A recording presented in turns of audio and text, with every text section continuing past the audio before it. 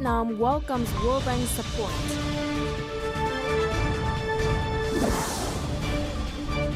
Prospect of ecotourism development in Cà Mau province.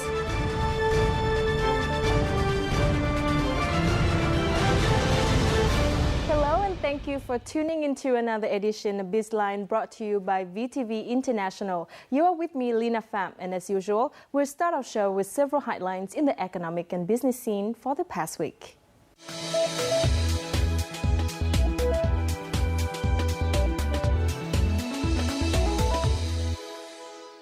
National Assembly Chairwoman Nguyễn Thị Kim Ngân met with Victoria Kwakwa, the World Bank's Vice President for the East Asia and the Pacific in Hanoi on Tuesday. The National Assembly Chairwoman praised the World Bank's Vietnam 2035 report, which provided long-term directions for Vietnam to become an industrial nation in the coming time. She also suggested that World Bank would continue to support Vietnam in policy consultancy and calls for investment funds. Kwakwa pledged to help Vietnam in implementing its economic development strategy.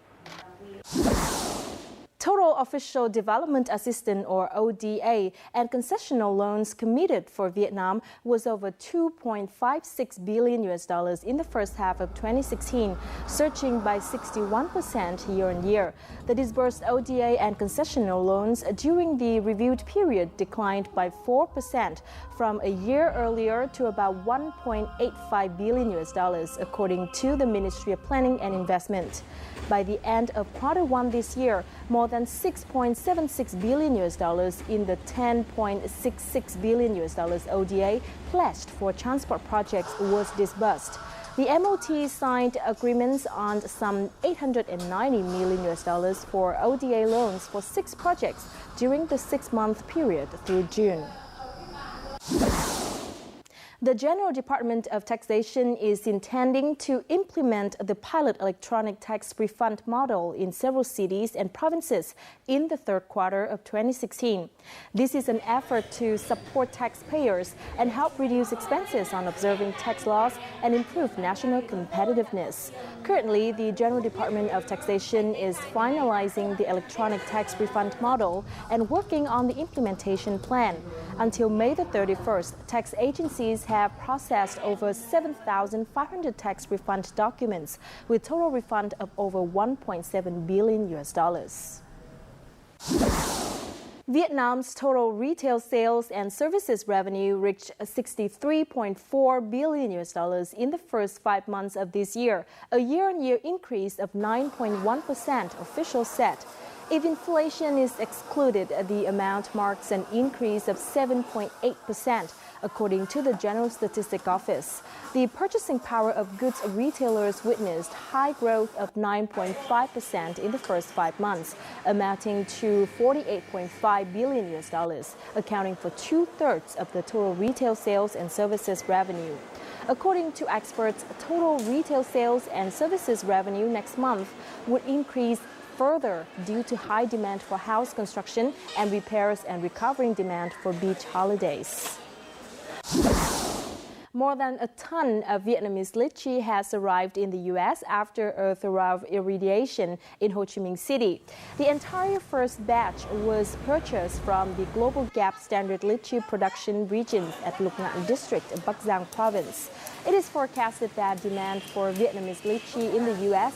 will be higher as the Mexican lychee harvest this year is 2 weeks later than Vietnam's. According to the representative from the exporter Ánh Dương Sao, a limited company, the company is planning to export 10 to 20 tons more to the U.S. in 2016. Air New Zealand's inaugural flight to Vietnam, flight NZ269, departed Auckland on June the 4th and has touched down in Ho Chi Minh City. This marks the first direct link between the two countries. According to an Air New Zealand representative, the new service is a further expansion of the carrier's presence in Southeast Asia and its strategic focus on the Pacific Rim. Services will run 3 times a week, Tuesday, Thursdays, and Saturdays, using Boeing 767-300 aircraft on a seasonal basis until October the 29th, 2016. The new air route is expected to open up opportunities for the two countries in terms of trade, investment, and tourism. We have just reviewed some of the several business and economic headlines over the past week. Up next, let's learn more about efforts to develop the tourism sector in Cà Mau province in our crosstalk.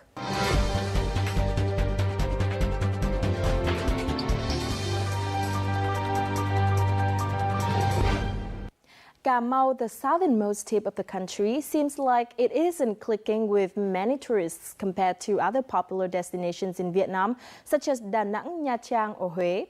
Yet, Cà Mau province possesses a competitive advantage that can set it aside from other places. A natural ecosystem that has remained relatively untouched and pristine. As a World Biosphere Reserve and the largest mangrove ecosystem in Vietnam, Cà Mau has gradually become a favorite spot for those who want to indulge in a natural wilderness. In our crosstalk this week, VTV reporter Diệu Anh sat down with Mr. Hồ Ngọc Tấn, Deputy Director of Cà Mau's Department of Culture, Sports and Tourism, to further discuss the opportunities of boosting the ecotourism industry in the province. Cà Mau is the southernmost part of Vietnam with about 5,000 square kilometers inland and over 71,000 square kilometers in sea and the continental shelf. In 2009, Cà Mau province was recognized as a World Biosphere Reserve by UNESCO. The National Park of Cà Mau Cape is recognized as the 2088 Ramsar site in the world and also an endemic mangroves ecosystem. The 254-kilometer coastline of the province, the longest one in the country, hosts a rich marine ecosystem stretching from the east to the Gulf of Thailand. With one of the most extensive areas of mangrove ecosystem in the world, the nature in Cà Mau province is therefore marked by a high biological diversity that can be a special tourism feature. All of these natural resources have laid a strong foundations for the locality to boost its tourism through activities including pleasure tourism, research, adventure tourism and ecotourism. Đầu tiên xin cảm ơn ông đã tới với chương trình tạp chí Kinh tế Bizline của VTV4 Đài Truyền hình Việt Nam. Như clip vừa rồi cũng đã cho thấy thì một trong những lý do quan trọng khiến Cà Mau có thể phát triển được ngành du lịch đó là bởi những ưu đãi rất là lớn từ thiên nhiên. Vậy ông có thể cho biết đâu là những lợi thế để giúp địa phương có thể phát triển được ngành du lịch như bây giờ ạ? Cà Mau là một trong cái tỉnh ven biển của vùng đồng bằng sông Cửu Long. Đặc biệt là trong 4 cái tỉnh thành thuộc vùng kinh tế trọng điểm của vùng đồng bằng sông Cửu Long thì Cà Mau thì có một cái ưu điểm đó là hệ sinh thái rừng ngập mặn gồm có là rừng Tràm U Minh Hạ và rừng ven biển của mũi Cà Mau, và với diện tích là khoảng trên 92.000 hecta diện tích rừng, và đồng thời đều có hai hệ sinh thái như thế thì đặc trưng của Cà Mau á, ngoài cái thế mạnh là thủy hải sản thì Cà Mau á, là có các cái cảnh quan mà được là thiên nhiên ưu đãi ban tặng, như là cùng với cụm đảo Hòn Khoai, cụm đảo Hòn Chuối, Hòn Đá Bạc. Thì với nhiều cái cảnh quan đẹp như thế, quần thể động thực vật phong phú và đa dạng đã tạo cho cái là Cà Mau có được một cái ưu thế về phát triển du lịch trong thời gian qua. Trong những năm gần đây thì du lịch đang dần trở thành một ngành kinh tế mũi nhọn của tỉnh Cà Mau. Vậy ông có thể cho biết một số cái đóng góp tích cực của ngành du lịch tới với sự phát triển chung của toàn tỉnh ạ? Năm 2014 thì khách du lịch đến Cà Mau là khoảng 800.000. Thì đến năm 2015 thì lên gần 1 triệu, là 980. Năm 2014 thì đóng góp về ngân sách thu nhập của cái lĩnh vực du lịch là khoảng 240 tỷ. Đến năm 2015 thì đã thực hiện khoảng đạt được 300 tỷ. Đó là một cái con số đóng góp cơ bản đối với cái ngành du lịch của Cà Mau cho cái phát triển chung cái kinh tế của tỉnh. Tuy nhiên thì với cái tiềm năng thế mạnh thì sự đóng góp về vấn đề phát triển du lịch cũng như thu nhập thì với một con số khiêm tốn. Mặc dù là du lịch Cà Mau hàng năm thì cái lượng khách nó tăng lên từ 6 đến 7%. Nhưng mà hầu hết thì cái phần đông là khách nội địa. Khách quốc tế hiện nay thì chiếm khoảng 2 đến là 2,5%. Thì vấn đề này cũng còn đang hết sức là lo ngại. Có nhiều người cho rằng là tiềm năng để phát triển du lịch của Cà Mau thì rất là lớn. Tuy nhiên cho tới nay thì vẫn còn chưa được khai thác hết. Vậy ông nghĩ như thế nào về nhận định trên ạ? Cái khó khăn về phát triển du lịch của Cà Mau thì như chúng tôi đã có cái xem xét nhận định. Cái thứ nhất, trước đây cái ngành du lịch là một cái ngành là cơ quan riêng, cơ quan chuyên môn. Trước đây là cái sở ngoại vụ du lịch là một cái sở chuyên ngành. Đến năm 2008 thì các cái sở này là giải thể sát nhập về Sở Văn hóa Thông tin. Cái tính du lịch nó đang có gặp cái vấn đề khó khăn trong điều kiện chuyển tiếp. Cái thứ hai là hạ tầng cái du lịch, để mà phát triển du lịch thì cũng còn được đầu tư cũng còn là chậm, với cái thời gian thì tiến độ chậm thì hạn chế về nguồn kinh phí. Một cái vấn đề quan trọng nữa thì vấn đề mà quy hoạch để mà phát triển cái du lịch thì chúng tôi đã triển khai thì còn vướng cái vấn đề là cái chính sách về thu hút đầu tư xã hội hóa trên lĩnh vực này. Vấn đề khai thác trong vườn quốc gia để mà phát triển du lịch thì cũng còn gặp cái khó trong vấn đề là cái chính sách về vấn đề là giao đất, giao rừng, cho thuê đất, thuê rừng, thuê môi trường rừng.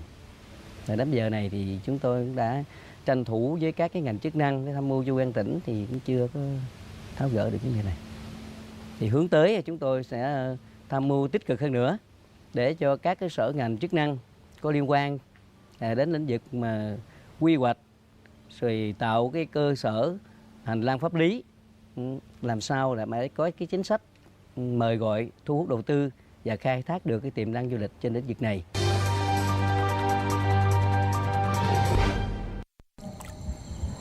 Sailing through the dock, carefree enough to catch back here a little crab that is a specialty of Cà Mau province.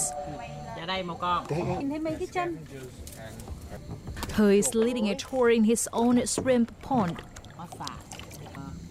Catching crab is just one of many activities that he offers to engage tourists in local life. Khách đến đây thì lưu trú qua đêm, rồi ăn uống tại nhà dân, rồi tìm hiểu đời sống hoang dã ở trong vườn nè. Ở đây như mình có dịch vụ vui chơi, làm ban đêm thì mình dẫn khách đi sa ba khía nè, ban ngày thì đi thăm lợp cua hay là câu cá. Cái tôm này bình thường là mình bắt lên. He and his family used to rely on raising shrimp for generations. But 3 years ago, he has introduced a tourism into his area. While he can still raise shrimp and crabs in his ponds, he can also offer a homestay service for tourists. Since then, the farmer has enjoyed better profits. Cái đầu tiên cũng mới mở ra rồi ai cũng sợ là không có khách, nên không ai dám mạnh dạn đầu tư vô làm đâu. Có như ban đầu tiên thì một tháng là chỉ có vài chục người, còn bây giờ một tháng chỉ lên tới mấy trăm người là nó hiệu quả nó gấp mấy lần so với mình làm tôm, mình nuôi tôm nuôi cua. His community-based ecotourism model has been copied throughout local farming households. Cà Mau province, the southernmost tip of Vietnam, is home to half of the mangrove forests in the country. The locality has also been recognized as a World Biosphere Reserve by UNESCO. That's why experts believe that there is huge potential for ecological tourism development in Cà Mau province. Well, I think the potential, particularly for homestay, is very good because in Vietnam you have more and more people living in the big cities who want a chance to experience the rural environment. They want the opportunity to leave the city, get back into the countryside. I think the concept is well accepted and we know that it's working well in other parts of Vietnam and in other Asian countries. Một trong những điểm nổi bật trong du lịch của tỉnh Cà Mau có lẽ là loại hình du lịch sinh thái dựa vào cộng đồng. Vậy ông có cái đánh giá như thế nào về triển vọng của hướng đi cũng như là mô hình này ạ? Cái thứ nhất là cái mô hình này nó thuận lợi cho cái người dân ở đây, là người ta quen sống với cái nghề là sinh hoạt trong cái điều kiện là phát triển rừng, rồi là khai thác các cái sản phẩm dưới tán rừng như là ven biển.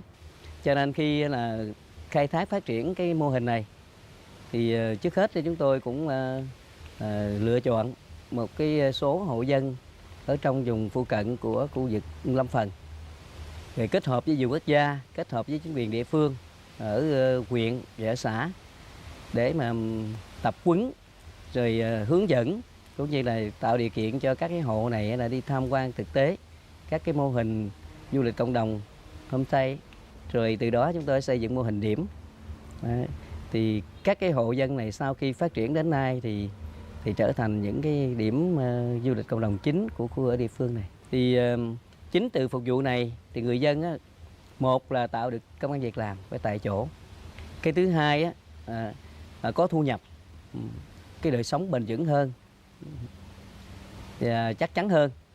Người ta là có nhận thức được đây là một cái điều kiện để mà lao động trong cái môi trường mới và giờ tiếp cận các cái lượng khách du lịch, rồi học hỏi thêm để nâng lên về trình độ, về kiến thức để mà trong cái phục vụ về là văn hóa ẩm thực dân dân đối với người là dân ở bản xứ này, và góp phần cho vấn đề bảo vệ cảnh quan, bảo vệ môi trường rừng, bảo vệ cây rừng tốt. Hy vọng thì cái đội hình này chúng tôi sẽ phát triển tiếp tục ở các cái khu vườn quốc gia, trong các cái đất lâm phần mà được nhà nước giao cho người dân quản lý để mà sử dụng và đầu tư. Sắp tới thì chắc chắn là các cái hộ gia đình này cũng như mô hình này thì ở đối Cà Mau chúng tôi sẽ có hy vọng là đạt hiệu quả tốt. Có thể thấy hiện nay tại khu vực đồng bằng sông Cửu Long thì không chỉ có tỉnh Cà Mau mà còn nhiều địa phương khác cũng sở hữu nhiều những cái lợi thế để phát triển du lịch sinh thái như là Tiền Giang, Bến Tre hay là Đồng Tháp. Vậy du lịch Cà Mau đã tự tạo cho mình những cái điểm nhấn cũng như là những cái nét khác biệt đặc thù như thế nào để thu hút hơn nữa đông đảo du khách tới với tỉnh ạ? Cà Mau là một trong 4 cái tỉnh thành là được lựa chọn làm thành vùng kinh tế trọng điểm cho đồng bằng sông Cửu Long, như là Cần Thơ, An Giang, Kiên Giang, Cà Mau. Như vậy là mỗi một cái điểm như thế thì gắn với chỗ tổng cục du lịch thì cũng đã tham mưu cho bộ xây dựng về cái sản phẩm đặc thù của vùng đồng bằng sông Cửu Long. Trên cơ sở đó chúng tôi liên kết với nhau làm thế nào đó, tạo ra sự khác biệt, tránh đi trùng lắp. Cà Mau thì du lịch về sinh thái, rừng ngập mặn, đó là có 2 vườn quốc gia, khu dự trữ sinh quyển, khu Ramsar. Rồi chúng tôi xây dựng các cái tuyến du lịch trong tỉnh rồi kết nối với các tỉnh bạn. Và đồng thời phát triển du lịch Cà Mau thì hiện nay chúng tôi hoàn thiện cái khu du lịch khu công viên văn hóa du lịch của Cà Mau. Sẽ được Ủy ban nhân dân tỉnh là quyết định là cho thành lập là ban quản lý khu du lịch Đất Mũi. Thì tiếp tục là tranh thủ với các cái nguồn vốn của trung ương, nguồn vốn của địa phương đã được là xác định và đầu tư trọng điểm làm sao cho hoàn thành cái khu du lịch Mũi Cà Mau gắn kết với khu du lịch Khai Long. Thì cái này chúng tôi đã có một cái tiềm năng là du lịch này thì khác biệt với các tỉnh bạn.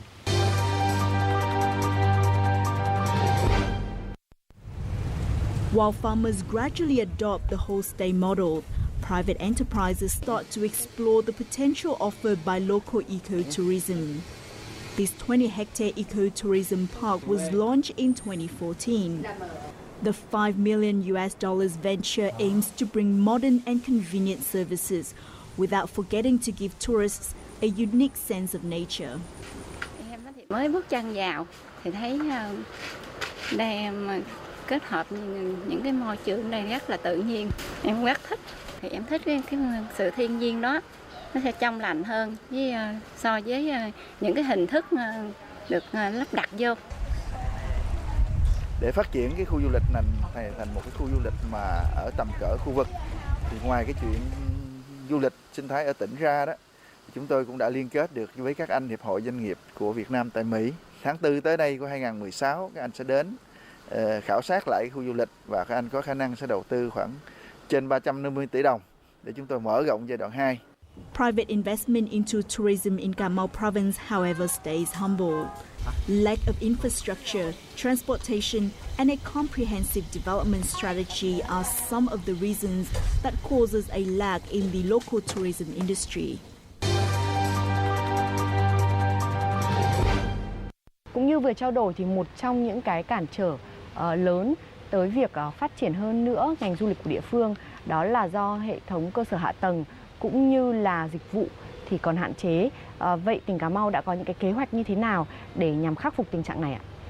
Vừa qua thì Sở Văn hóa Thể thao Du lịch chúng tôi cũng đã tham mưu cho lãnh đạo tỉnh, nhất là Ủy ban nhân tỉnh, để tiếp tục là triển khai cái kế hoạch số 39 thực hiện nghị quyết 92 của chính phủ về phát triển du lịch Việt Nam trong thời kỳ mới. Thì với cái kế hoạch của tỉnh thì giao cho các ngành, từng ngành vào cuộc để mà thực hiện cái vấn đề quy hoạch phát triển du lịch của Cà Mau.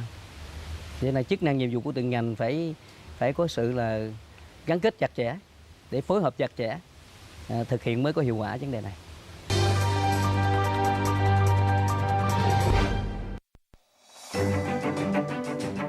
Ecotourism development relies largely on natural preservation integrity. But in recent years, the mangrove ecosystem in Cà Mau has been severely threatened due to climate change and outdated farming practices. Over the past decade, more than half the area of Vietnam's natural mangrove forests have been cleared to make extreme points. Trước đây người ta chỉ nghĩ tới cái lợi ích trước mắt thôi, đó là chặt phá rừng, đào kênh mương là sẽ có kênh mương nhiều thì sẽ nuôi tôm thì được nhiều thôi. Người hậu dân là chưa có nhận thức được cái vai trò của rừng ngập mặn trong quá trình mà phát triển nuôi tôm kết hợp trồng rừng, họ chưa có nhận thức được nên họ cứ chặt phá cái cây rừng làm cho rừng suy thoái. In recent years, local government and foreign organizations have stepped up measures to encourage locals to restore the mangrove forests. One such measure is the Mangrove and Market Project, also known as a MAM, of non-governmental organization SNV and IUCN. Accordingly, farmers participating in the program must ensure the reforestation rate of 50% of its stream of farming area. Trước đây thì mình làm thì là không có là mình làm mò. Còn sau này là mình được cái dự án MAM đưa vô đi tập huấn, mình biết được cái kỹ thuật bây giờ là thả con giống như thế nào mà nó thích hợp, rồi đo độ mặn đó như thế nào, rồi thả mật độ bao nhiêu con trên 1 mét vuông. Thì với dự án này thì nó tăng đi là cũng khoảng cỡ chừng 15%. Trước đây giả sử là từ 20 con trở lên 1 ký, bây giờ là 1 ký có 16-17 con thôi, nó đạt cái hiệu quả nó cao hơn. Thứ nhất là cái sản phẩm, cái hương vị của nó rất là ngon, thơm ngon và màu sắc của nó cũng đẹp. Việc kinh doanh tôm sinh thái là nó mở rộng thị trường và giúp cho doanh nghiệp gia tăng cái sản phẩm xuất khẩu cho các cái hệ thống, nhất là các hệ thống siêu thị lớn và các hệ thống phân phối lớn. Người tiêu dùng thì người ta càng có hướng đến những cái sản phẩm sinh thái, hướng đến những sản phẩm hữu cơ và sản phẩm an toàn, cho nên cái cơ hội của cái sản phẩm này ngày càng mở rộng. Thanks to initiatives like this, the mangrove forests in Cà Mau are being gradually restored. However, according to an assessment of the Norwegian Geotechnical Institute, Cà Mau province could disappear in the next decades due to rising sea levels. By that time, the socioeconomic situation in Cà Mau will be seriously threatened. For this reason, Cà Mau province must take steps to mitigate climate change impact if it wants to develop ecotourism and build a roadmap for the tourism development of the region.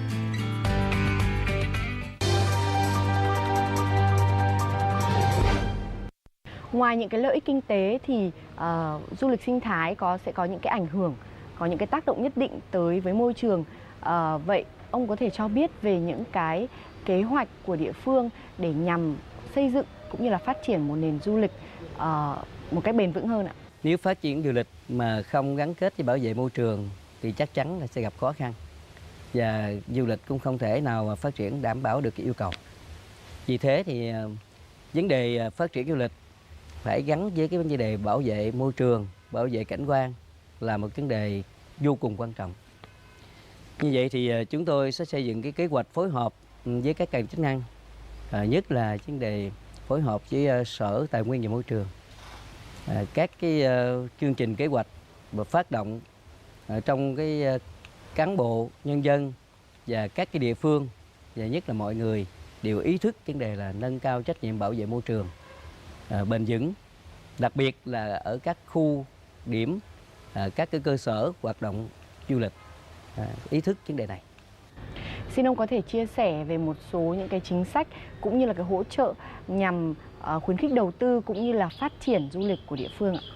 Về chính sách thì như chính sách thu hút để các doanh nghiệp, các nhà đầu tư tham gia vào hoạt động đầu tư phát triển du lịch, để mà nhà đầu tư người ta vào khai thác theo như là quy hoạch đã được phê duyệt, thì cần phải có sự tháo gỡ khó khăn về vấn đề về môi trường, rồi đất rừng, khai thác như thế nào hợp lý và bảo vệ thế nào, phát triển thế nào để không còn những cái vướng mắc trong khi mà kêu gọi được cái nhà doanh nghiệp và các nhà đầu tư người ta đến tham gia. Tháo gỡ khó khăn đã qua thì chúng tôi cũng còn vướng mắc vấn đề này. Thì sắp tới chúng tôi sẽ có một giải pháp thiết thực hơn, cụ thể hơn, tích cực hơn nữa để giải quyết tốt trong vấn đề đầu tư tiềm năng phát triển du lịch của tỉnh. Một lần nữa xin chân thành cảm ơn ông đã tham gia với chương trình. Our talk with Mr. Hồ Ngọc Tấn, Deputy Director of Cà Mau's Department of Culture, Sports and Tourism, has helped us understand about the advantages of Cà Mau in bolstering ecotourism in the province, as well as the various obstacles that exist in becoming the country's tourism hotspot. We hope that our program has given you a comprehensive view of the tourism industry in Cà Mau province in general, as well as ecotourism in particular. And that also wraps up this edition of Bizline. You can always rewatch our program at vtv4.vn or youtube.com/vtv4go. From our team now here in Hanoi, goodbye until next time.